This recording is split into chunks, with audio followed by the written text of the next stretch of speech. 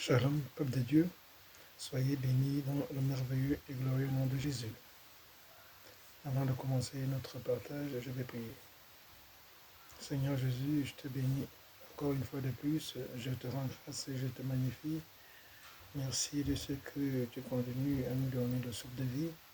Merci de ce que, Père, tu as suscité et ce moment à tes saints. Je veux simplement te consacrer ces moments, Saint-Esprit. Je veux remettre ces moments entre tes mains, Saint-Esprit, afin que tu m'apportes la révélation qui vient de toi, afin que tu m'apportes maintenant la substance même de ta parole. Oui, Saint-Esprit, nous voulons, au travers de ta parole, recevoir de toi la révélation qui permettra aujourd'hui à ton peuple d'être nourri conformément à ta parole, parce que tu as dit que l'homme ne vivra pas seulement de pain, mais de toute parole qui vient du Seigneur.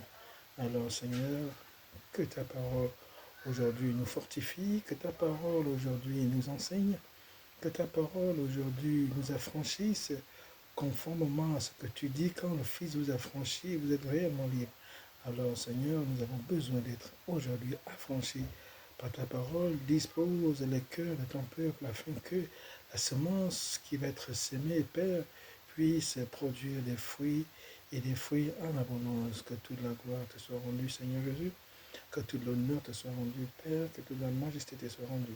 C'est dans le merveilleux et glorieux nom de Jésus que j'ai prié. Amen.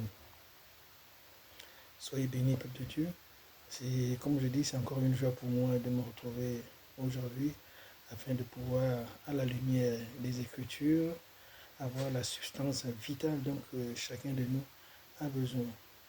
Aujourd'hui, nous allons aborder un thème très très intéressant. Et pour commencer mon propos, je vais plutôt commencer cela par une question. La question, elle est toute simple. Comment voyez-vous votre vie? Alléluia. Comment voyez-vous votre vie sur cette terre? C'est vrai que la manière dont nous voyons notre vie, l'image que nous nous faisons de notre vie, nous amène à pouvoir vivre conformément à cette vision, nous amène à poser des actes conformément à cette manière, nous amène à vivre de telle sorte que tout ce que nous allons poser comme acte, tout ce que nous allons poser comme effet et geste, ça ira dans ce sens. C'est pourquoi je bénis le Seigneur encore une fois de plus. C'est pourquoi je rends gloire et grâce à Dieu, parce qu'il est merveilleux, notre Dieu. C'est ce Dieu qui veut que, étant sur cette terre, nous vivions d'une certaine manière. C'est ce Dieu qui veut qu'étant sur cette terre, nous posons des actes qui sont dignes. Et je bénis le Seigneur, comme je le disais, il est important que chacun de nous sache comment est-ce qu'il voit la vie, comment est-ce qu'il suggère la vie, quelles sont les représentations qui se fait de la vie. C'est vrai que pour beaucoup, la vie c'est un cirque. Ça veut dire quoi? Ça veut dire que dans un cirque, qu'est-ce qui se passe concrètement? Il y a des personnages qui arrivent, jouent des rôles et s'en vont. Et donc pour beaucoup, la vie c'est un cirque, c'est-à-dire que pendant qu'il est sur cette terre, il estime qu'il est sur cette terre pour jouer un rôle et après avoir joué son rôle, il va partir. Est-ce cela la vie? Je ne pense pas. Pour d'autres, la vie c'est des montagnes russes, c'est-à-dire un coup on est en haut, un coup on est en bas, un coup on est en haut, un coup on est en bas. Donc, comme je le dis, beaucoup également estiment que la vie c'est des montagnes russes, c'est-à-dire qu'au jour d'aujourd'hui, on peut se retrouver à poser des actes dignes. Au jour d'aujourd'hui, on peut se retrouver à essayer de marcher dans une certaine logique et le lendemain matin, à cause des situations, à cause des événements, allez, on rechange de logique. Donc, un coup, on fait du bien, un coup, on fait du mal. Et c'est la vie, parce que c'est un peu ça le principe des montagnes russes. Aujourd'hui, je fais du bien, et demain, je fais du mal. Et je choisis de faire du bien ou du mal en fonction des circonstances, en fonction des actes que les d'autres personnes posent vis-à-vis de moi, ou en fonction des choix simplement que j'ai fait. Donc, c'est vrai que toute personne, comme je l'ai dit tantôt, voit la vie comme des montagnes russes. Alléluia. Pour d'autres, la vie, c'est un jeu de cartes. Ça veut dire quoi? Ça veut dire qu'en fonction des cartes qu'on a en main, on essaie de les utiliser en fonction de ce qui se présente ou de ce qui est. dans notre vie, on essaye de vivre la sorte. Est-ce que la vie, c'est un jeu de cartes? Le symbole du jeu de cartes, c'est quoi? C'est, en fait, la vie, c'est un principe du hasard, quoi. Donc, fondamentalement, autant pour moi, nous sommes des créatures de Dieu et tout ce qui se passe dans nos vies n'est pas un fruit du hasard. Alléluia. Donc, pour beaucoup, c'est simple, c'est un peu ça la vie. La vie, c'est au hasard. Si je peux faire quelque chose, je le fais. Si je ne peux pas, tant mieux.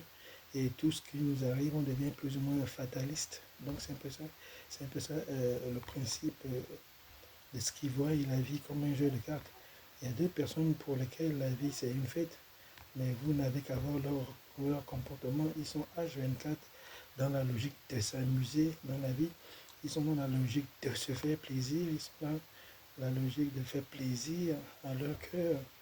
Donc, ils vivent pratiquement d'une manière égocentrique. Ils vivent d'une manière où tout est centré sur le fait qu'ils ont besoin de se distraire, qu'ils ont besoin de s'amuser, qu'ils ont besoin de s'évader. Donc, tout simplement, pourquoi? Parce que pour eux, la vie, c'est une fête. Donc, ils sont tout le temps H24 en train de rechercher l'épanouissement, en train de rechercher la réjouissance. Et ils y mettent parfois beaucoup de moyens, beaucoup d'argent, et ils perdent énormément de temps à festoyer, parce que pour eux, c'est ça la vie. On est sur terre, on mange, on boit, on fête. Après, demain, on partira de la terre, on mourra. Donc, c'est encore un autre aspect de la vie que certaines personnes voient. Et pour d'autres, la vie, c'est un marathon, c'est-à-dire qu'ils estiment qu'ils ont du temps, autant pour pouvoir faire ce qu'ils veulent. C'est-à-dire qu'ils prennent tout leur temps, soit pour essayer de réaliser des projets, soit tout leur temps pour rechercher, soit pour rechercher la face de Dieu, ou simplement tout leur temps pour vivre selon leurs désirs.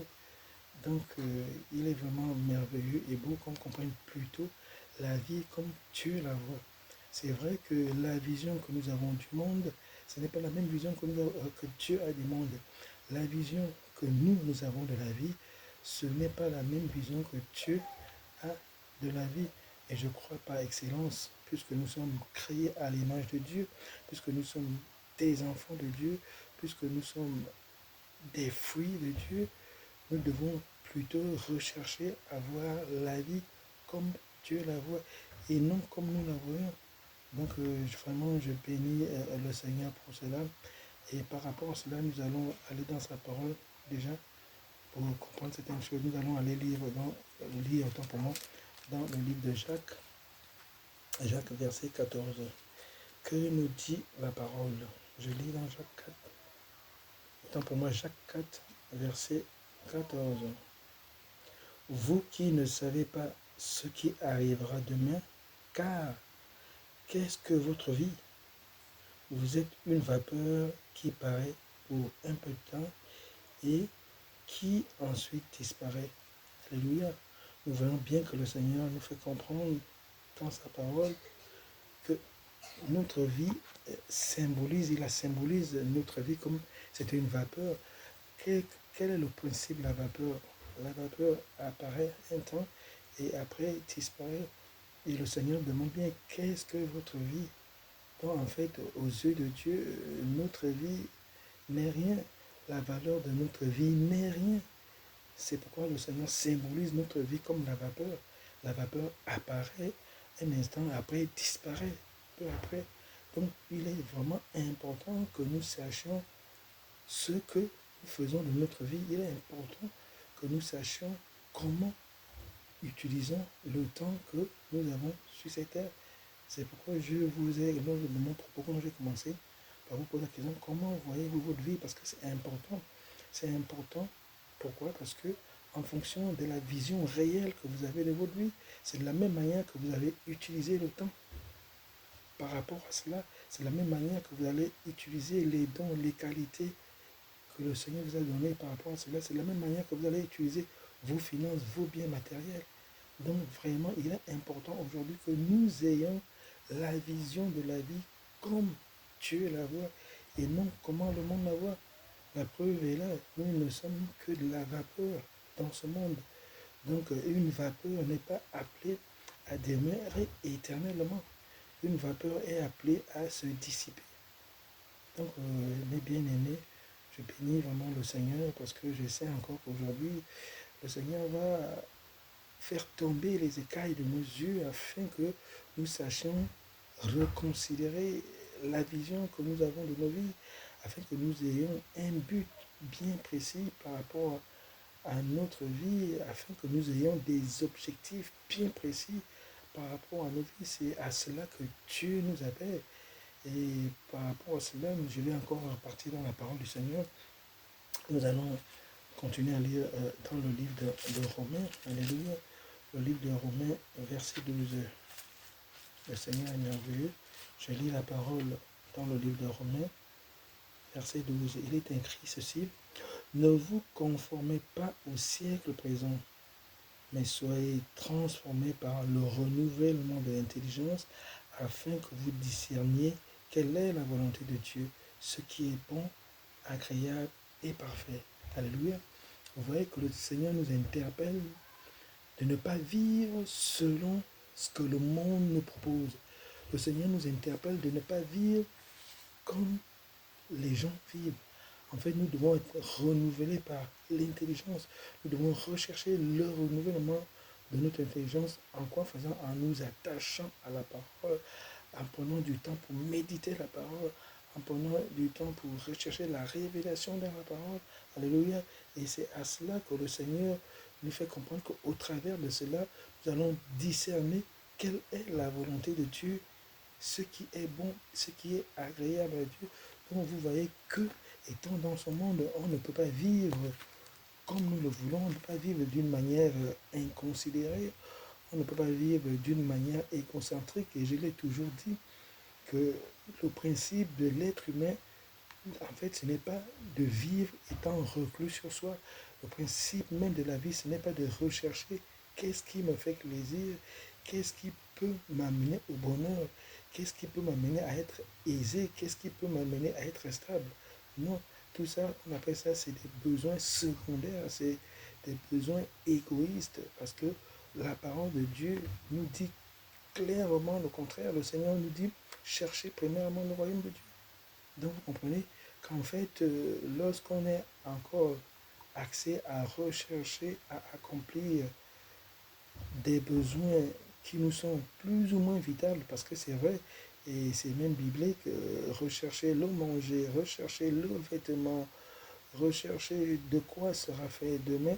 C'est vrai que nous avons besoin d'être vêtus, nous avons besoin de manger, nous avons besoin de réaliser des projets, mais cela ne doit pas être notre première préoccupation. Alléluia. C'est pourquoi vraiment il est important de reconsidérer comment est-ce que tu vois ta vie. Alléluia. Comment vois-tu ta vie? Moi, je te conseillerais simplement, conformément à la parole de Dieu, de voir la vie comme Dieu la voit. Alléluia. Et lorsque nous allons aller tout à l'heure à la lumière des Écritures, nous allons comprendre que le Seigneur voit la vie comme étant une épreuve. Le Seigneur voit la vie comme étant une responsabilité. Et le Seigneur voit la vie comme étant une mission temporaire pour toi et moi. Donc il est vraiment clair aujourd'hui que tu puisses comprendre que la vie est un grand test pour chacun d'entre nous. Si Dieu nous a placés sur cette terre, c'est par rapport à ce principe-là, le principe de l'épreuve. Si Dieu nous a placés sur terre, c'est par rapport à ce principe, le principe et l'éthique de la responsabilité. Si Dieu nous a placés sur cette terre, c'est parce que toi et moi, nous avons une mission à accomplir pendant le temps que nous passons sur cette terre. C'est pourquoi tout à l'heure, le Seigneur nous a dit que nous ne sommes que la vapeur. Pendant que la vapeur est encore accompli ta mission temporaire, du fait que le jour où tu seras dissipé, tu n'auras pas à rougir. Alléluia. Alléluia.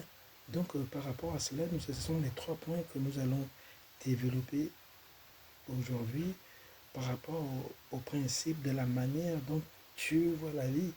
Nous allons aller dans la parole de Dieu, essayer de comprendre pourquoi est-ce que Dieu nous fait comprendre, ou pourquoi est-ce que Dieu nous dit que la vie, c'est une épreuve. Nous allons aller également dans la parole de Dieu pour pouvoir voir comment est-ce que le Seigneur nous dit que la vie, c'est une responsabilité.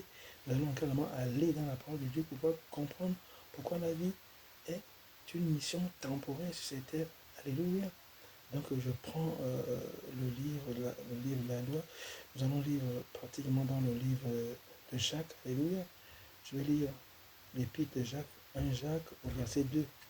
Voici ce que le Seigneur dit dans sa parole, dans le livre de Jacques, premier chapitre, au verset 2.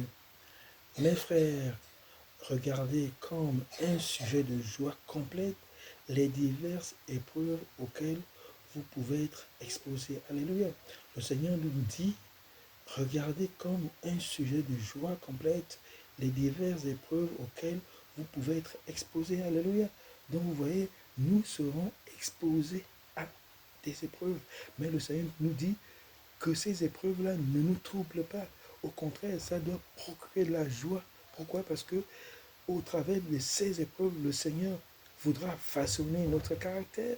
Le Seigneur voudra façonner notre raisonnement. Le Seigneur va voir notre fidélité. Le Seigneur voudra voir notre attachement. Le Seigneur va voir notre désintéressement.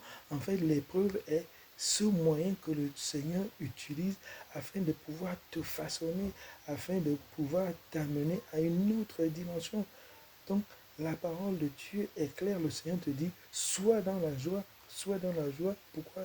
Parce que toutes ces épreuves auxquelles le Seigneur va permettre que tu traverses, toutes ces situations auxquelles tu feras face, alléluia, c'est pour la gloire du royaume et surtout c'est pour ta bénédiction. Ça doit être un sujet de joie. C'est ce que le Seigneur dit dans sa parole. Donc en un mot, toi et moi, nous serons appelés à être face à des situations d'épreuve. Toi et moi, nous serons appelés à être face à des situations auxquelles le Seigneur permettra simplement. Pourquoi? Parce que le Seigneur veut voir notre fidélité. Le Seigneur veut voir notre consécration. Le Seigneur veut voir notre amour vis-à-vis de lui ou vis-à-vis du prochain. Donc au jour d'aujourd'hui, si tu traverses une épreuve, si tu traverses une situation, une tentation, si tu traverses des difficultés, j'ai simplement envie de te dire aujourd'hui, bien-aimé, c'est normal. Nous venons de le lire et la parole de Dieu est claire. Nous ferons face à diverses épreuves, diverses épreuves. Alléluia. Et pour cela, nous irons dans la parole de Dieu. Nous allons voir que bien avant nous, il y a des hommes et des femmes qui ont traversé les mêmes épreuves. Et je vais prendre l'exemple autant pour moi de Adam et Ève au jardin d'Éden. Ils ont eu, ils ont eu une épreuve. Alléluia. C'est vrai que l'épreuve qu'ils ont eue dans le jardin d'Éden, ça n'a pas été laborieux pour eux parce que bon, ils ont échoué dans leur épreuve, mais déjà Adam et Ève se sont retrouvés dans une situation d'épreuve. Ils se sont retrouvés dans une situation d'épreuve qui a fait en sorte que, au jour d'aujourd'hui, alléluia, le péché est entré dans nos vies. Amen. Alléluia. Donc vous voyez déjà qu'Adam et Ève, ils ont été éprouvés au jardin d'Éden. Alléluia. Hormis Adam et Ève, quand je prends Abraham qui pratiquement à 99 ans a eu son fils, le fils de la promesse. Et c'est ce fils de la promesse, Isaac, que le Seigneur a demandé à Abraham de lui offrir ce fils en holocauste. Regardez un peu quelle était la situation d'Abraham. Alléluia. Ton enfant que tu aimes bien, ton enfant que tu chéris de tout ton corps, le Seigneur te dit, offre-le-moi. Et lorsqu'on parcourt cette histoire, on comprendra qu'Abraham prendra son fils, deux de ses serviteurs, le bois pour pouvoir monter l'autel et le feu pour pouvoir allumer ce bois-là. Alors, ils ont commencé à marcher 3 jours après, lorsqu'ils sont arrivés près du lieu où l'Éternel lui avait demandé de sacrifier son fils. Regardez un peu les paroles de foi d'Abraham, les paroles de confiance d'Abraham. Abraham laissa là ses 2 serviteurs et il prit son fils, le bois et le feu pour aller les sacrifier à l'autel. Alléluia. Et il dit ceci à ses serviteurs, non, moi et mon fils, nous allons adorer l'Éternel après quoi nous reviendrons.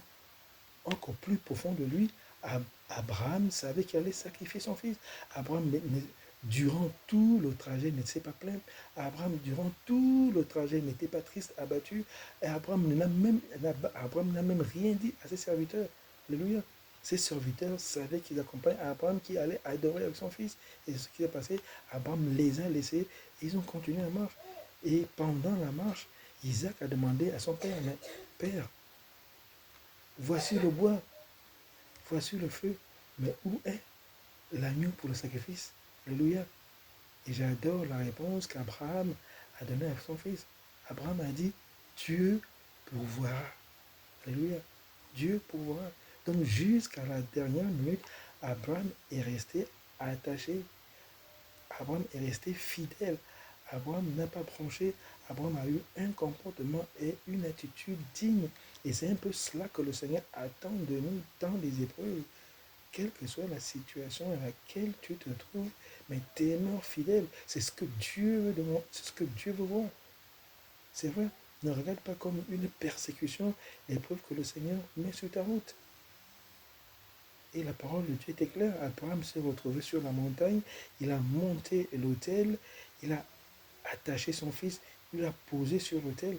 Et lorsqu'Abraham a pris le couteau pour lever pour voir tuer son fils, l'ange de l'Éternel a intervenu.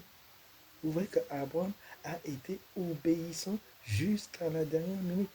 Et si l'ange de l'Éternel n'avait pas intervenu, Abraham aurait simplement sacrifié son fils. Par quoi? Par amour. Par amour. C'est un peu ça le principe d'amour. Vous voyez, Abraham est resté obéissant jusqu'à la seconde près où il fallait sacrifier son fils unique. C'est vrai qu'il avait un deuxième fils, Ismaël, mais Isaac était le fils de la promesse. Le fils de la promesse. Donc vous voyez un peu, imaginez-vous quelle a été la situation d'épreuve d'Abraham. Le Seigneur était en train de le tester, non seulement dans le principe de la fidélité, dans le principe de l'obéissance et dans le principe de la confiance. La parole de Dieu dit qu'Abraham crut l'Éternel et ça lui a été imputé à justice. C'est-à-dire qu'Abraham avait vraiment confiance à Dieu. Et cette confiance-là, le Seigneur voulait le voir. Abraham aimait vraiment Dieu. Et cet amour-là, Dieu voulait le voir. Et Abraham lui a témoigné. Bien-aimé, quelle que soit la situation que tu traverses, une situation d'épreuve que le Seigneur a suscité à dessein. Et si le Seigneur suscite cette épreuve à dessein, c'est parce qu'il veut faire soit un travail dans ta vie, soit il veut voir à quelle dimension ta relation avec lui se situe. Donc, réjouis-toi quand tu passes par le creuset de l'épreuve. Et la parole de Dieu est claire là-dessus. La parole de Dieu symbolise notre foi comme de l'or. Et vous savez que de l'or a besoin de passer par le feu pour pouvoir l'épurer. C'est la même chose. Notre foi est semblable à de l'or. Il faut que nous passions par le feu de l'épreuve afin que le Seigneur purifie notre foi de telle sorte qu'au sortir de ce creuset du feu qu'on appelle l'épreuve, ta foi devient pure, ta foi devient saine, ta foi devient réelle. Alléluia. Regardez également Joseph, un autre homme de Dieu. Joseph qui se retrouve vendu par ses frères. Alléluia. Il arrive dans la maison de Potiphar, il se retrouve dans une situation d'épreuve où il est faussement accusé de viol par la femme de Potiphar. Joseph se retrouve jeté en prison, mais il est resté fidèle au Seigneur. Il est resté fidèle. Et il a eu confiance en Dieu. Et nous tous nous savons la suite de Joseph. Alléluia. Il y a beaucoup de personnes qui ont été tentées, même le roi Ézéchiel. Ézéchiel, c'est autant pour moi. Ézéchiel s'est retrouvé au moment où Dieu l'a abandonné parce que Dieu voulait voir tout ce qu'il y avait au fond de son cœur. Donc vous voyez que il y a des gens qui sont passés par l'épreuve, il y a des gens qui sont passés par une multitude d'épreuves. Daniel qui se retrouve dans la fosse lion. Alléluia. Daniel qui se retrouve dans la fosse lion, pourquoi? Parce que Dieu voulait voir sa fidélité. Dieu voulait voir son amour. Dieu voulait voir son attachement. Donc vous voyez qu'aux yeux, Dieu, depuis le commencement, depuis la nuit des temps, le Seigneur a toujours utilisé l'épreuve. Donc j'ai envie de te dire, bien-aimé, aujourd'hui, que la vie est un grand test. Dieu te mettra toujours à l'épreuve. Dieu suscitera des situations qui vont t'éprouver. Mais pendant ces moments d'épreuve, sois fidèle. Pendant ces moments d'épreuve, demeure attaché au Seigneur. Que tes yeux restent fixés à Jésus. Et tu vois que au sortir de cette épreuve, il y a toujours ce qu'on appelle la bénédiction de l'épreuve. La même manière que le Seigneur a permis que tu entres dans l'épreuve, c'est la même manière que le Seigneur permettra que tu sortes de l'épreuve. Mais l'idéal, c'est que tu en sortes victorieux. Parce qu'il y a d'autres qui sont sortis et qui ont échoué dans l'épreuve. Alléluia. Donc, bien-aimé, il faudrait que tu comprennes bien aujourd'hui qu'aux yeux de Dieu, la vie est une épreuve également. La vie est une épreuve. Donc, si tu as une maladie, ça peut être une épreuve pour toi. Reste fidèle au Seigneur. Le Seigneur te guérira. Alléluia. Si ton avenir, les hommes ont dit que tu ne peux rien, ils ont totalement, entièrement scellé ton avenir, ça peut être une épreuve. Tu regardes, tu n'as pas de lendemain, tu n'as pas d'espoir, ça peut être une épreuve. Tu pries, tu pries, tu pries, tu n'as pas la solution. Tu pries, tu n'as pas de réponse de la part du Seigneur. Ézéchias a fait la même chose. Le Seigneur s'est retiré d'Ézéchias pour pouvoir voir. Si le Seigneur se retire, ce n'est pas dit que le Seigneur n'est pas là où il t'a abandonné, non. C'est une épreuve. Demeure fidèle. Et il agira après l'épreuve. Alléluia. Je ne sais pas quelle est ta situation au jour d'aujourd'hui. Si c'est le chômage, le Seigneur est fidèle. Ça peut être une épreuve. La précarité, le Seigneur peut permettre que tu sois dans la précarité pour pouvoir t'amener à comprendre qu'il faut avoir un autre rapport avec l'argent. C'est vrai, il y a deux personnes, quand ils sont bénis financièrement, ils oublient même le principe, le deuxième principe dans lequel nous allons aborder, celui de la responsabilité. Comme je l'ai dit, que le Seigneur voit la vie comme étant une épreuve, mais également la vie est comme étant une responsabilité. Alléluia. Donc je bénis le Seigneur bien-aimé. S'il y en a qui sont dans les épreuves au jour d'aujourd'hui, s'il y en a qui traversent des situations difficiles, soyez fortifiés, réjouissez-vous. Parce que le Seigneur, au travers de cette épreuve, va agir. Au travers de cette épreuve, il va vous rétablir. Et au travers de cette épreuve, vous serez bénis, textuellement comme Job. Il y a toujours la bénédiction d'après l'épreuve. Mais vous, la seule chose qu'il faut faire, c'est de rester fidèle. Alléluia. Alléluia. Donc je bénis le Seigneur pour cela. Je bénis le Seigneur vraiment pour tous ceux qui, d'entre vous, en ce moment, ont des épreuves. Le célibat, c'est une épreuve. Tu as envie de te marier, tu cherches la femme idéale, tu as envie de te marier, tu cherches l'homme idéal. Mais je veux simplement te dire, garde les yeux fixés au Seigneur. Garde les yeux fixés à Jésus. C'est lui qui a dit qu'il n'est pas bon que l'homme soit seul. Et c'est lui qui a dit, alléluia, que celui qui a trouvé une femme a trouvé le bonheur. Donc si tu es encore dans le désert, tu es dans le désert de l'épreuve par rapport au principe du célibat, reste fidèle. Reste fidèle. Reste fidèle. Parce que le Seigneur t'aime. Il sait les projets qu'il a pour toi. Il sait les projets qu'il a. Il est temps pour moi, il sait les projets qu'il a pour ta vie. Considère cette situation que tu traverses, cette épreuve que je peux encore appeler le désert, que c'est pour ton bien. Et d'ailleurs, le Seigneur te le dit dans sa parole. Voilà, je t'attire au désert. Dans l'épreuve, ce désert, je t'attire au désert. Et là, je parlerai à ton cœur. Donc le Seigneur suscite l'épreuve parce qu'il veut faire un travail au plus profond de toi. Il veut bâtir ton âme. Il veut renouveler ton intelligence.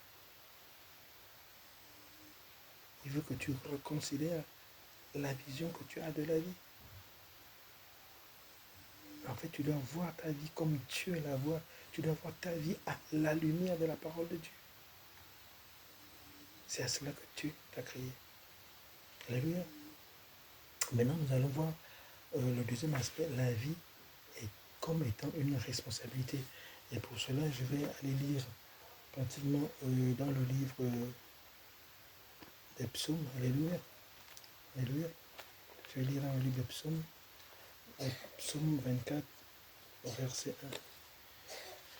Que le Seigneur soit glorifié. Je lis psaume 24, verset 1. À l'Éternel, la terre et ce qu'elle renferme, le monde et ce qu'il habite. Alléluia. Donc, pour commencer, tu devrais simplement comprendre tout ce dont tu possèdes, c'est un don qui te vient de Dieu. À partir du moment où c'est un don qui te vient de Dieu, donc tu ne dois pas gérer ou jouir de ces choses comme tu l'entends. Tu dois simplement comprendre que si tu as un travail au jour d'aujourd'hui, si tu as de l'argent au jour d'aujourd'hui, si tu as des voitures au jour d'aujourd'hui, si tu as des maisons au jour d'aujourd'hui, toutes ces choses, c'est un don qui te vient de la part de Dieu. Donc pour cela, tu dois les utiliser avec sagesse.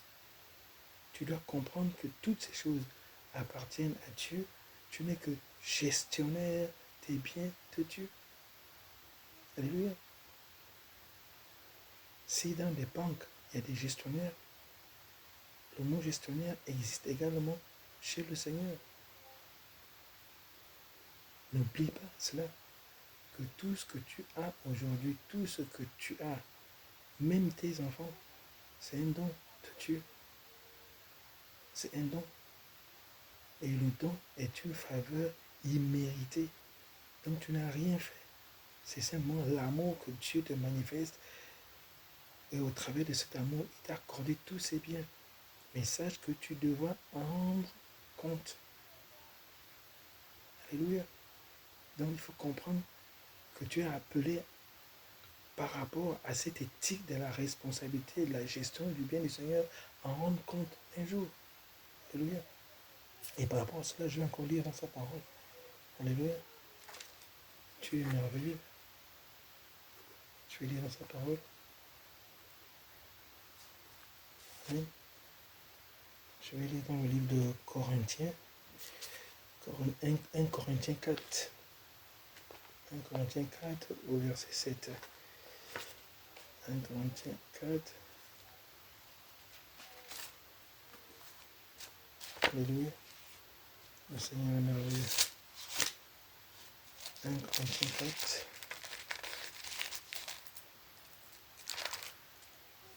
1 Corinthiens 4 au verset 7. Voici ce que dit le Seigneur. Car, qu'est-ce qui te distingue? Qu'as-tu que tu n'aies reçu? Et si tu l'as reçu, pourquoi te glorifies-tu comme si tu n'avais pas reçu? Alléluia. Le Seigneur te dit clairement, qu'est-ce que tu possèdes que tu n'as pas reçu de lui? Qu'est-ce que tu possèdes que tu n'as pas reçu? À partir du moment où Dieu t'a tout octroyé, donc tu dois simplement comprendre que tu es l'intendant des biens du Seigneur. Tu es le gestionnaire des biens du Seigneur. Et la seule chose qu'on demande à un gestionnaire, c'est de demeurer fidèle dans sa gestion. Parce qu'un jour, tu auras à rendre compte auprès du Seigneur de la manière dont tu as géré l'argent qui mettait entre tes mains. La manière dont tu t'es comporté dans le milieu professionnel où il t'a établi. La manière dont tu as utilisé les voitures qu'il a mises à ta disposition. Alléluia. La manière dont tu as utilisé les maisons qui t'a permis de construire.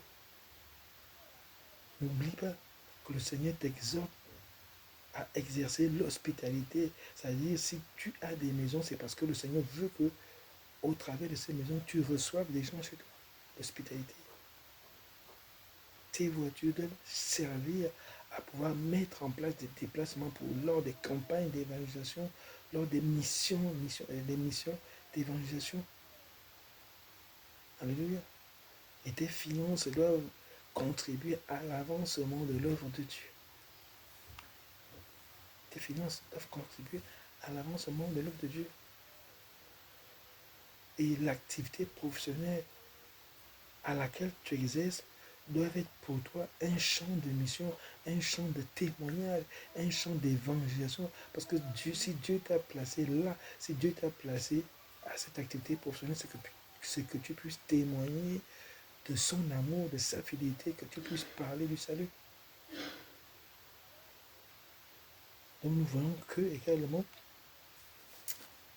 que la vie est une responsabilité dont nous aurons à rendre compte, même de la manière dont nous aurons éduqué nos enfants. Alléluia. Alléluia.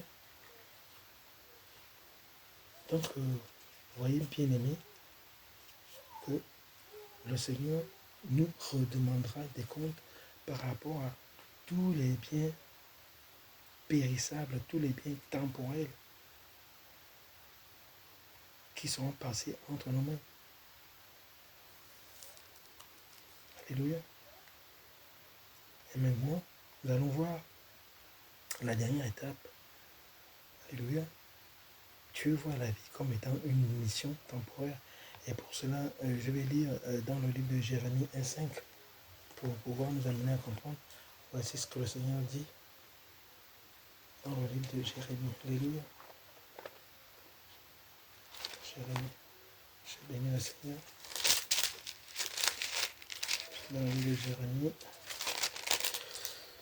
Jérémie, premier chapitre, verset 5. Ainsi parle l'Éternel. Avant que je t'ai formé dans le ventre de ta mère, je te connaissais. Et avant que tu sois sorti de son sein, je t'avais consacré, je t'avais établi prophète des nations. Alléluia. Alléluia. N'est-ce pas merveilleux la parole de Dieu?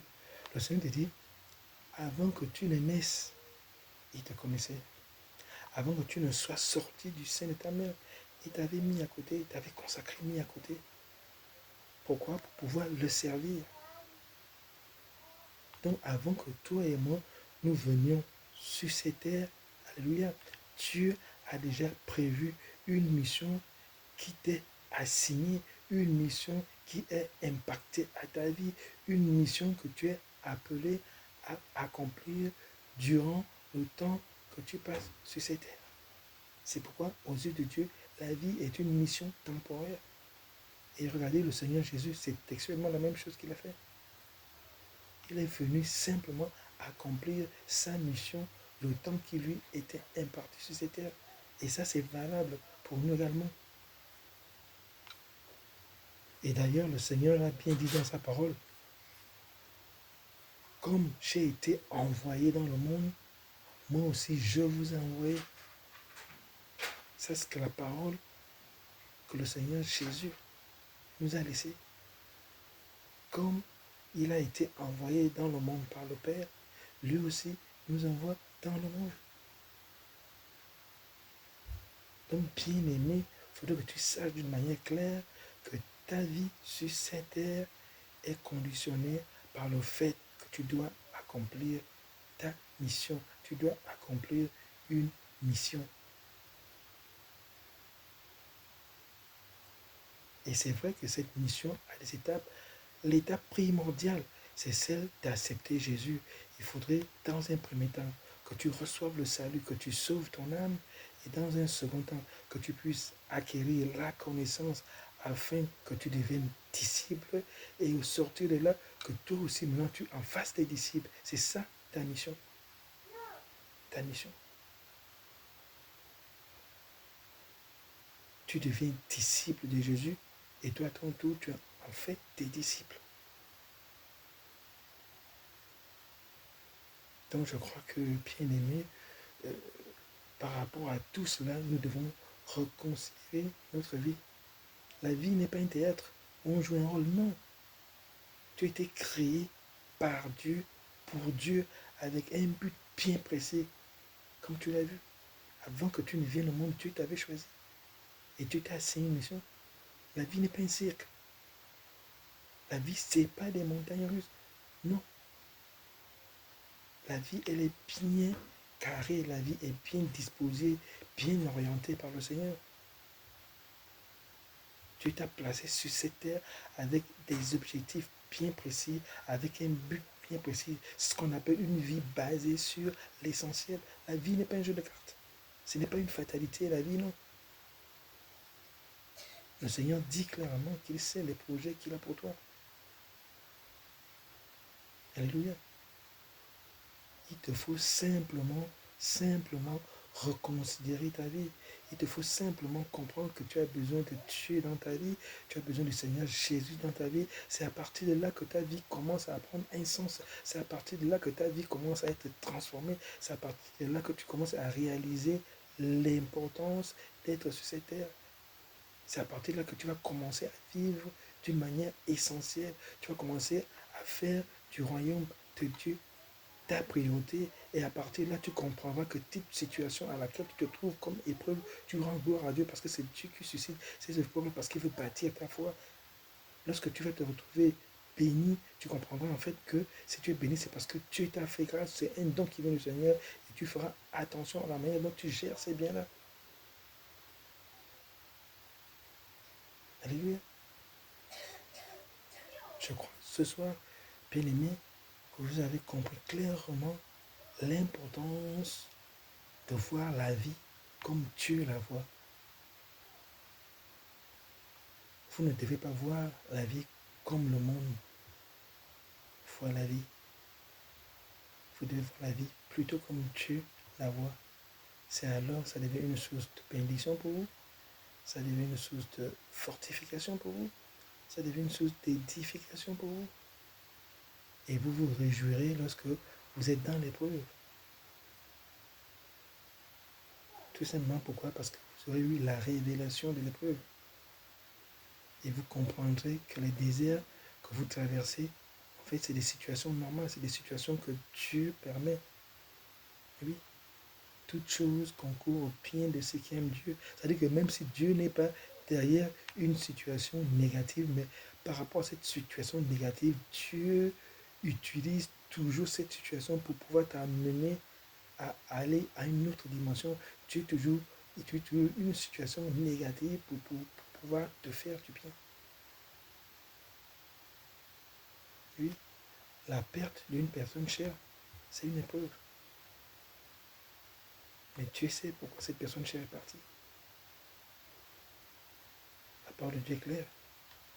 Dieu a donné, Dieu a repris. Job a expérimenté cela, il a perdu tous ses enfants. C'est une épreuve, la mort des êtres chers, la mort de quelqu'un qu'on aime, la mort de quelqu'un qu'on aime. Oui, bien aimé, c'est des épreuves. Dieu permet cela. Dieu permet cela. Et c'est pourtant que Dieu le permet. Que le Seigneur soit béni, que le Seigneur soit glorifié. Je bénis vraiment le Seigneur pour ce message. Je bénis le Seigneur parce que je sais que ce message vous a fait du bien. Je sais qu'en ces temps de la fin, nous serons face à des situations terribles. Nous ferons face à des tribulations. Nous ferons face à des situations de tentation. Nous serons face à plein de choses. Mais la seule chose que je peux te dire, confie-toi à l'Éternel. Alléluia. Le Dieu qui a pourvu au sacrifice qu'Abraham a offert à la place de son fils, ce Dieu qui s'appelle Jéhovah Shiré, il pourvoira à tous tes besoins au-delà de ce que toi et moi nous demandons ou nous imaginons.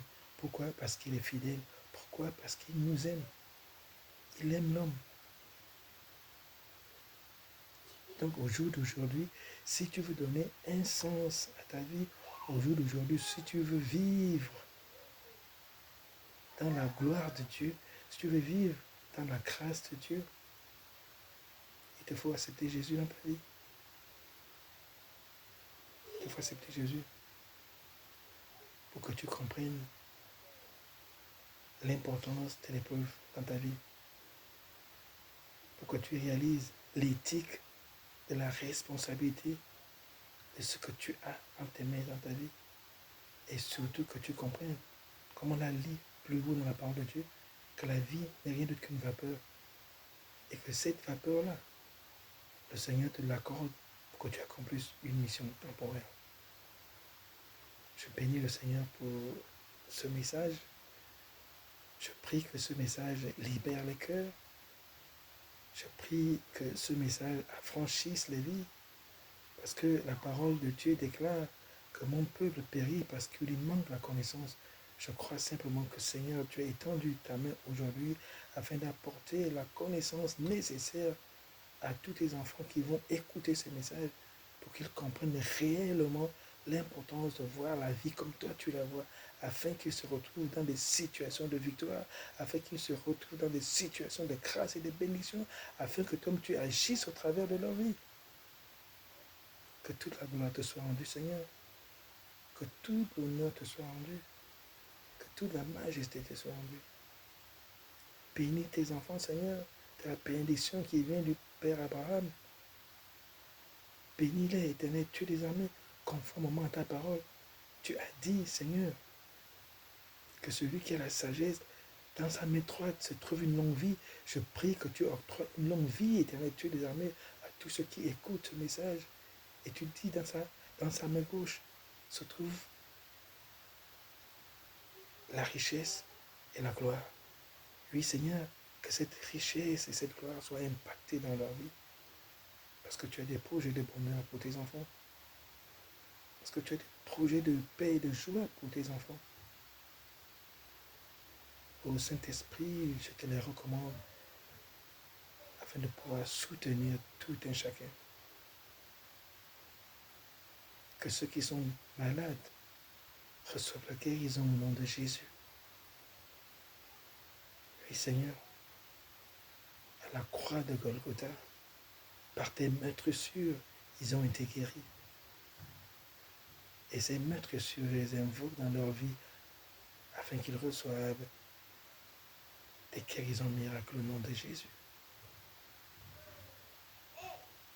Que ceux qui sont tourmentés dans les pensées reçoivent la délivrance ce soir au nom de Jésus. Que ceux qui sont assaillis par des esprits d'insomnie, qu'ils soient maintenant libérés au nom de Jésus. Tu as dit, Seigneur, qu'il fallait dire simplement, parler simplement à la montagne.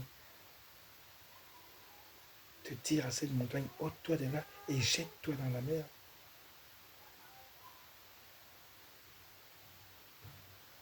Oui, Seigneur, que la montagne de maladie qui se trouve dans la vie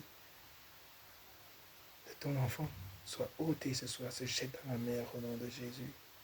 Que la stérilité soit ôtée dans sa vie et se jette dans la mer au nom de Jésus. Je prie que tu répandes toute grâce parfaite et tout don excellent dans la vie de tout un chacun, éternel Dieu de l'armée, qui aura écouté ce message. Que la gloire te soit rendue, Seigneur, que l'honneur te soit rendu. C'est dans le merveilleux et glorieux nom de Jésus que nous allons partager ce message. Amen.